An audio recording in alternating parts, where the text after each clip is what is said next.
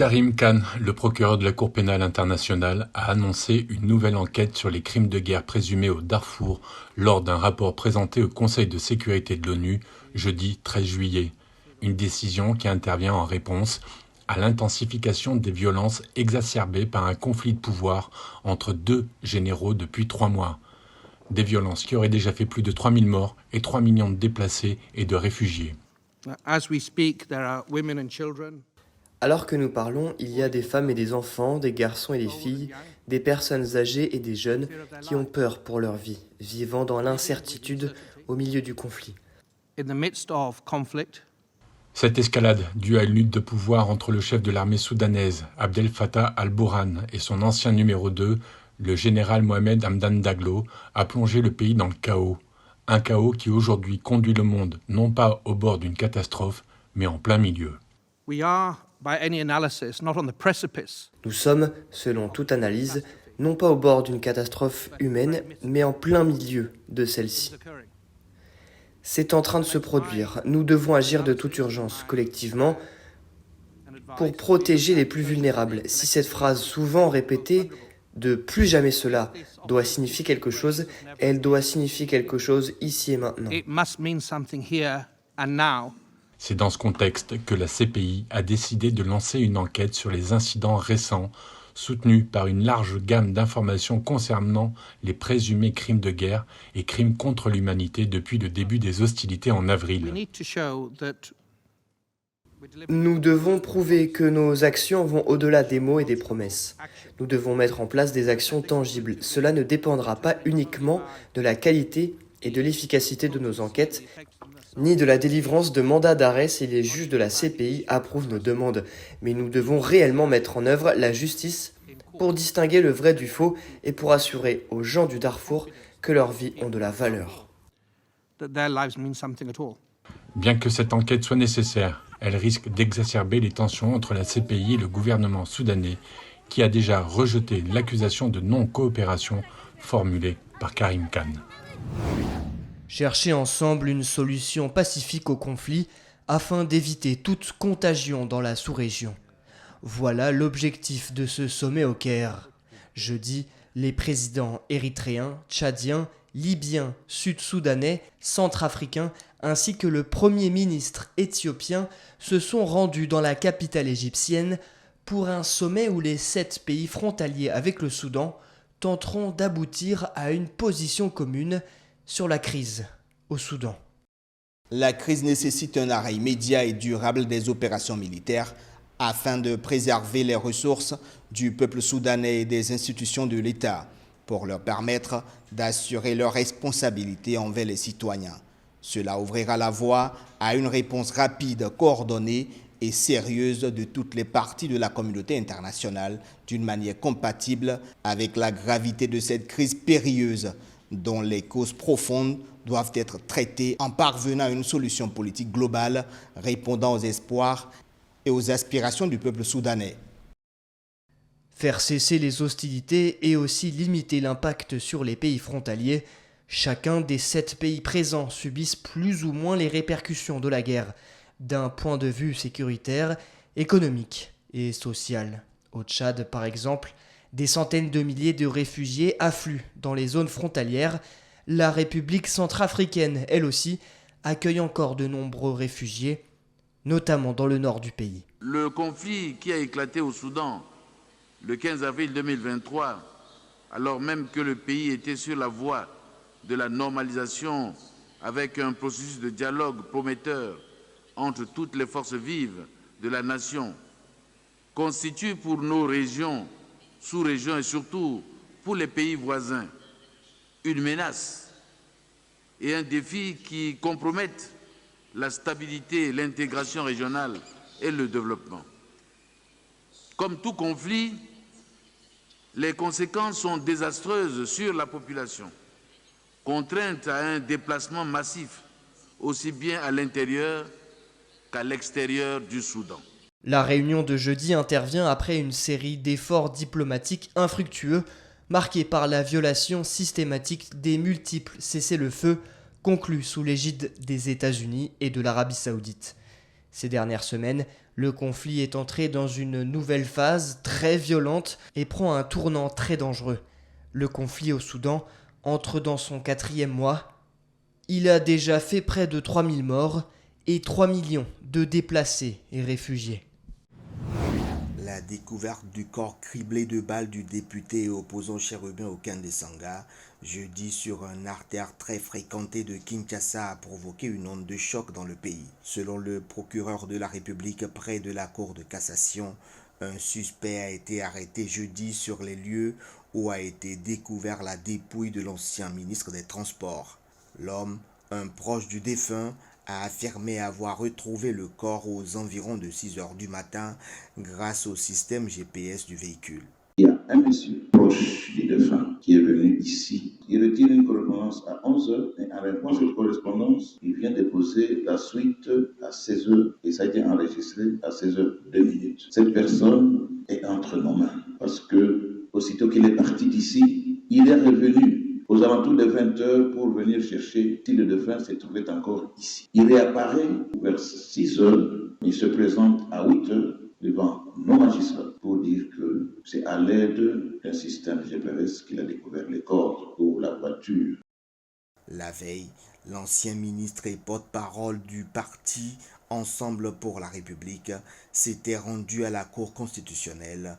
Objectif, déposer une demande de report de son audition sur sa déclaration de patrimoine. Finalement, c'est son garde du corps qui est monté dans les locaux de la cour pour déposer la demande. À son retour, le policier n'a plus vu ni Chérubin Okende ni sa voiture. Ce n'est que le lendemain que son corps sera découvert. La voiture avait un système de localisation GPS. Posez-vous autant de questions qu'entre 16 heures et 6 heures du matin, ou 20 heures quand il revient ici, ou entre 20 heures et très tôt ce matin, est-ce que son système GPS n'a pas fonctionné? Sur les lieux du crime jeudi, à côté du corps de l'opposant criblé de balles, se trouvait une arme qui appartiendrait à son garde du corps. Il est actuellement entendu par la justice dans le cadre de l'enquête. Au Sénégal, les autorités ont annoncé que les rassemblements du parti de l'opposant Ousmane Sonko étaient désormais interdits. Pour justifier sa décision, le gouverneur de Dakar, Al-Hassan Sall, affirme que ces rassemblements menacent l'ordre public. Prévus samedi et dimanche, ces rassemblements avaient pour but de désigner le leader du PASTEF comme candidat de son parti à l'élection présidentielle 2024. Des indices font croire que ces rassemblements constituent de réels risques de troubles à l'ordre public. Des appels à travers les réseaux sociaux invitent les sympathisants de cette formation politique à investir d'ores et déjà les grands marchés et les principaux axes et lieux de rassemblement.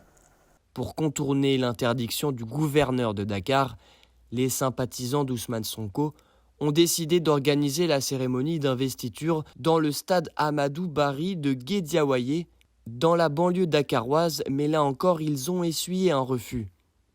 Cette fois-ci, c'est le préfet du département de Guédiawaye qui rejette la délocalisation de l'investiture pour les mêmes raisons que le gouverneur de Dakar. Interdit pour risque de trouble à l'ordre public, le rassemblement projeté pour le 15 juillet 2023 de 14h à 19h au stade Amadou Barry par les sieurs Mamadou Wade, Ngaïsar et Mamadou Seye, responsables locaux de PASTEF. Dans la foulée, le parti PASTEF a annoncé que ces arrêtés étaient illégaux et qu'ils ne visaient qu'à empêcher les meetings d'Ousmane Sonko. Le PASTEF a également donné rendez-vous à ses partisans pour une déclaration importante d'Ousmane Sonko vendredi. Les autorités sénégalaises ne veulent pas revivre le même scénario qu'au mois de juin. Des violences entre manifestants et forces de l'ordre avaient causé beaucoup de dégâts. Certains s'étaient attaqués à des biens publics et privés, des commerces et autres. Amnesty International avait décompté au moins 23 morts, 16 selon le gouvernement sénégalais. Dans cette fourgonnette, des dizaines de Burkinabés rapatriés Manu Militari du Ghana voisin arrivaient à peine dans ce village non loin de la frontière. Sans préavis, ils sont quelques 250 ressortissants du Burkina Faso à avoir été expulsés dans la nuit de mardi à mercredi et conduits selon leur témoignage jusqu'à la frontière par les autorités ghanéennes.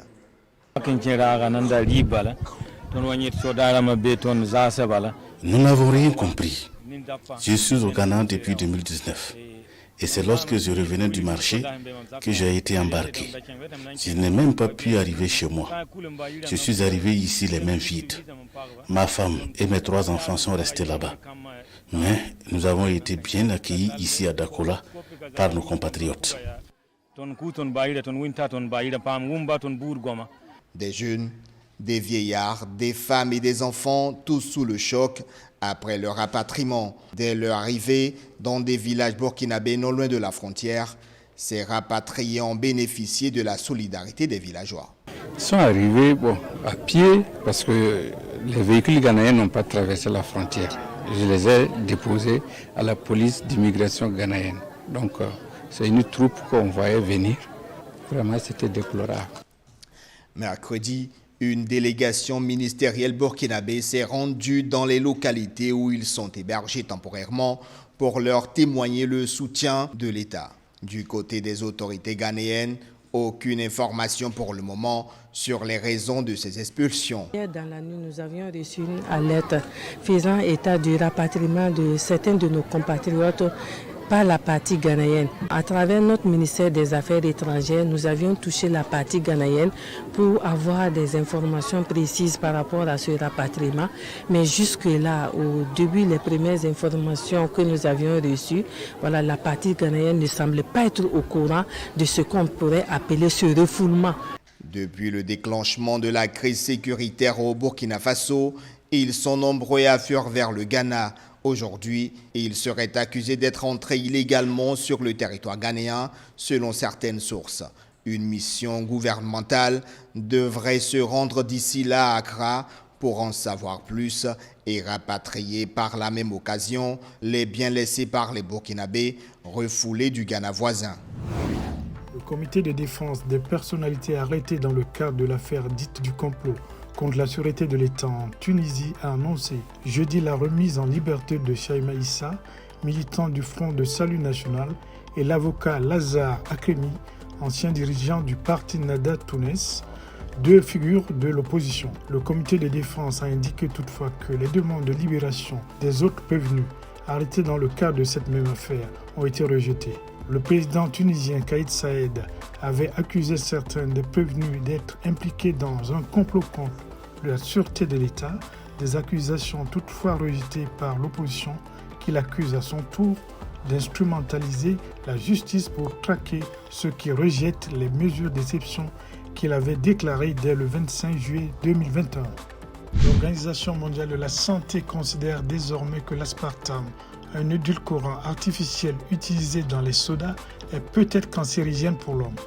Peu calorique et 200 fois plus sucrant que le sucre, on retrouve de l'aspartame un peu partout.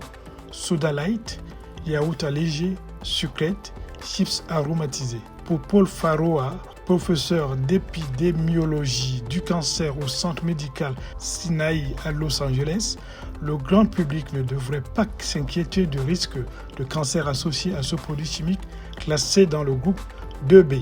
Mais le problème se poserait pour les gros consommateurs. S'il faut choisir entre un cola avec de l'édulcorant et un cola avec sucre, l'OMS préconise de boire de l'eau. Invité d'honneur de la fête nationale du 14 juillet, le Premier ministre indien Narendra Modi est arrivé jeudi à Paris pour 2 jours. L'occasion pour le président Emmanuel Macron de consolider la relation stratégique avec cet acteur international clé, mais accusé par les ONG de dérive autoritaire. Un fort contingent indien participe au défilé militaire de ce vendredi sur les Champs-Élysées, avec notamment 3 Rafales. La visite du Premier ministre indien pourrait déboucher sur l'achat de 26 nouveaux Rafales en version marine pour le porte-avions indien ainsi que des sous-marins. Les 2 pays ont aussi une certaine convergence de vues en matière de relations internationales. Mais pour les ONG, l'accueil fastueux réservé à Narendra Modi soulève des questions en matière de droits de l'homme. Au royaume des influenceurs en Guinée, Bintou est une déesse. Grâce à ses vidéos tournées au milieu de ses cases et de la nature du village qui ne connaît ni électricité ni eau courante, la jeune fille de 21 ans s'est créée une image digne d'une star hollywoodienne. Et cela en seulement une année. Et cette vidéo a fait plus de 10 millions de vues. Bon, ce qui intéresse les gens aussi, les vidéos sont naturelles. Les vidéos qu'on fait, c'est naturel. On voit les cages, on voit l'Afrique dedans, quoi. Si tu vois nos vidéos, tu vois l'Afrique à travers de ça. Parce qu'il y a les cases qui sont derrière nous. Vous voyez, la vidéo là a fait plus de 16 millions de vues. C'est 16 millions de vues qui équivalent à la population guinéenne. La vision de cette étudiante en physique vise à valoriser la culture guinéenne et celle de l'Afrique en général à travers le digital. Parce que jouer avec les grands-mères, ça c'est l'une des cultures africaines aussi. En Afrique, on s'amuse avec nos grands-parents. Donc tu vois, et je suis avec elle depuis que j'étais toute petite. J'ai grandi avec elle. Donc j'étais habituée déjà de jouer avec elle. C'est notre habitude de jouer et c'est pour cela que je suis devenue une star aujourd'hui. Et Bintou manie à merveille réseaux sociaux et sens des affaires. À bientôt 22 ans, elle a pu aussi bâtir son business sur les réseaux sociaux. L'influenceuse guinéenne gagne aujourd'hui sa vie grâce à ses vidéos. J'ai gagné des contrats avec des entreprises et puis je gagne de l'argent aussi avec ma grand-mère. On partage, n'est-ce pas? Elle n'entend pas français.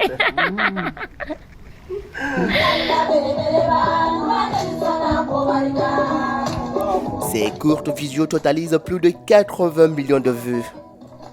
Comptant plus de 3,4 millions de likes sur TikTok, alors que le champion du monde français Paul Pogba est à 4 millions, on peut dire que la villageoise guinéenne est devenue une star continentale.